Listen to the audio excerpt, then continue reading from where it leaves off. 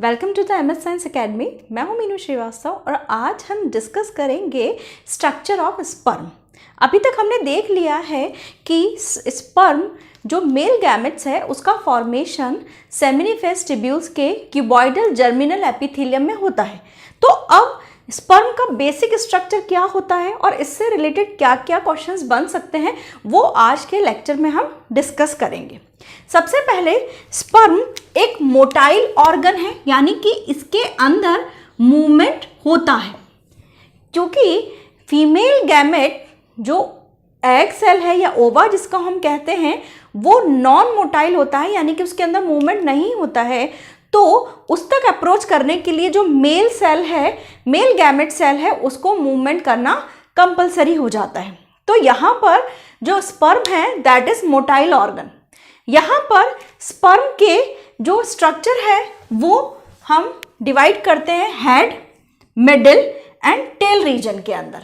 Upper part head, middle and that is third part tail region.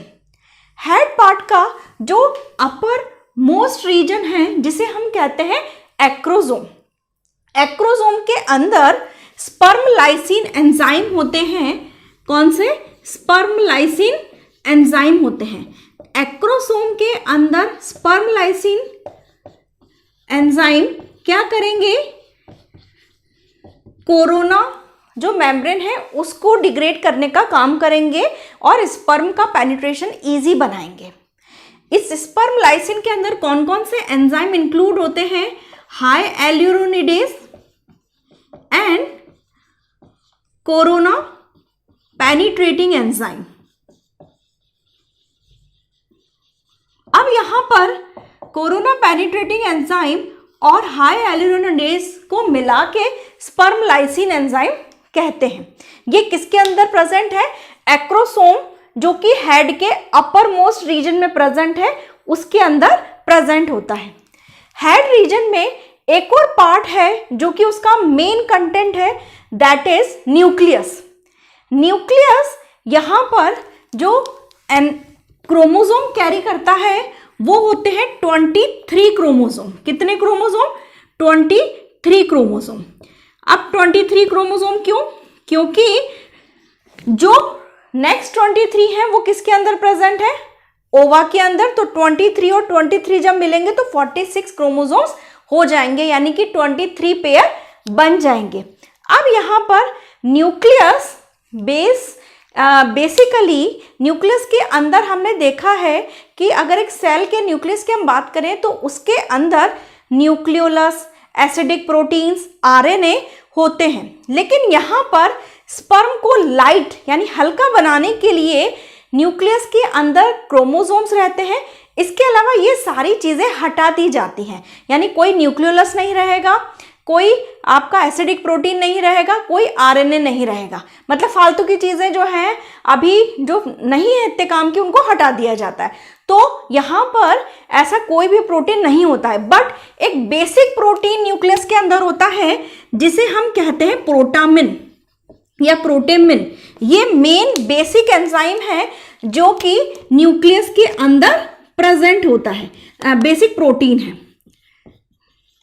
अब यहां पर head और मिडिल पीस को ज्वाइंट करने वाला जो रीजन है दैट इज नेक, यानी हेड और मिडिल पीस को ज्वाइंट करने वाला रीजन नेक। जैसे हमारा हेड और एब्डोमेन रीजन को ज्वाइन करने वाला ये नेक रीजन है, ऐसे ही यहाँ पर बहुत छोटा सा पार्ट प्रेजेंट होता है। नेक के अंदर 2 सेंट्रियोल प्रेजेंट होते हैं। First is proximal and second is the distal centriole. ठीक है, प्रॉक्सिमल सेंट्रियोल ये एग के अंदर जब स्पर्म एंटर कर जाएगा तो ये फर्स्ट क्लीवेज प्रोड्यूस करता है एग के अंदर for the first cleavage. Distal centriole axial filaments बनाने का काम करता है जो कि टेल रीजन में होते हैं। यहां पर जब नेक से जब नीचे आएंगे तो वो मिडिल पार्ट है। मिडिल पार्ट के अंदर माइटोकॉन्ड्रियल की एक स्पाइरल स्ट्रक्चर प्रेजेंट होती है, या हम कह सकते हैं बहुत सारे माइटोकॉन्ड्रिया स्पाइरल वे में अरेंज होते हैं, जिसको मैंने इस तरह से बताया है। और उस माइटोकॉन्ड्रियल अरेंजमेंट को हम बोलते हैं यहाँ पर नेबनकर्ण शीथ। ये माइटोकॉन्ड्रिया क्यों जरूरी होते हैं? क्योंकि हमें मालूम है कि माइटोकॉन्ड्रिया किससे रिलेटेड है? एनर्जी से रिलेटेड है, और स्पर्म को मेन एनर्जी काम करना है, क्योंकि उसे एनर्जी चाहिए, क्योंकि उसको फीमेल पार्ट तक अप्रोच करना है। तो इसीलिए वो फीमेल पार्ट तक अप्रोच कौन करवाएगा? माइटोकॉन्ड्रिया। और बहुत सारे माइटोकॉन्ड्रिया अरेंज होते हैं और उसको कंबाइंडली हम बोलते हैं नेबनकर्ण शीथ। यहाँ पर मिडिल पार्ट का जो साइटोप्लाज्म होता है, it is known as the manchette या मैनकेट भी आप उसको बोल सकते हैं। जो साइटोप्लाज्मिक पार्ट यहाँ पर कुछ प्रेजेंट होता है। तो नेबनकर्ण शीथ का काम हम लिख सकते हैं, it is related with the energy production. अब यहां पर मिडिल पीस के बाद, मिडिल पीस और टेल को ज्वाइंट करने वाले रीजन पे एक सेंट्रियोल प्रेजेंट होता है, जिसे हम बोलते हैं रिंग सेंट्रियोल या एन्यूलस। ये भी टेल के एक्सियल फिलामेंट्स को जनरेट करने का काम करता है। टेल रीजन मेन ऑर्गन है या मेन साइट है जो कि स्पर्म को मूवेबिलिटी देती है। तो यहाँ पर टेल क्या करती है? मूवमेंट या मोटिलिटी प्रोवाइड करती है। किसको? पूरे स्पर्म को लेके जाती है। यहाँ पर एक्सियल फिलामेंट अगर हम देखें तो टेल के स्टार्टिंग वाले पार्ट पे, मतलब कि प्रॉक्सिमल टेल में, यानी कि टेल के इनिशियल पार्ट में एक्सियल फिलामेंट का जो अरेंजमेंट होता है दैट इज 2 + 9 + 2। एक्सियल फिलामेंट का प्रॉक्सिमल पार्ट में जो अरेंजमेंट होता है दैट इज 2 + 9 + 2, और जो डिस्टल टेल में जो अरेंजमेंट होता है दैट इज 9 + 2। अब 2 + 9 + 2 या 9 + 2 क्या है? जब हम इसका टीएस काटेंगे, ऐसा जब हम टीएस काटेंगे तो हमें इस तरह से दिखाई देगा कि प्रोटीन के 9 पेयर बंडल्स यहां पर प्रेजेंट है।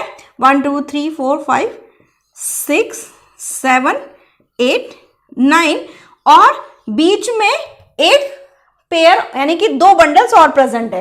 तो इस तरीके का अरेंजमेंट हम कहते हैं 9 + 2 अरेंजमेंट। और अगर बाहर एक और पेयर यानी 2 अरेंजमेंट होंगे तो 2 + 9 + 2।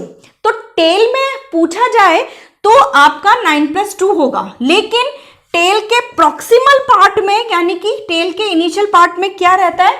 2 + 9 + 2 प्रेजेंट रहता है। यहां पर एक और चीज कि जो स्पर्म है, स्पर्म के हेड के अंदर हमने कहा कि स्पर्म लाइसिन या हाइएलुरोनिडेज और कोरोना पेनिट्रेटिंग एंजाइम का प्रोडक्शन कहाँ होता है? गोल्जी एपेरेटस में। यानी कि इनको कौन जनरेट करता है? Golgi apparatus. ये बहुत इंपॉर्टेंट पॉइंट है और इसमें नीट में क्वेश्चन आ चुका है। तो आई थिंक आपको ये स्पर्म का स्ट्रक्चर समझ में आया होगा। एक बार हम क्विक रिवाइज कर लेते हैं। हेड के ऊपर पार्ट एक्रोसोम पेनिट्रेट करेगा, और यहाँ पर एक्रोसोम के अंदर जो एंजाइम है स्पर्म लाइसिन एंजाइम, उनका प्रोडक्शन कौन करता है? Golgi apparatus. यहाँ पर न्यूक्लियस है, न्यूक्लियस के अंदर एसिडिक प्रोटीन आरएनए कुछ भी नहीं, न्यूक्लियोलस कुछ भी नहीं होता है, केवल 23 क्रोमोसोम्स होते हैं, और वो 23 क्रोमोसोम किससे रिसीव हुए हैं? मेल पार्टनर से।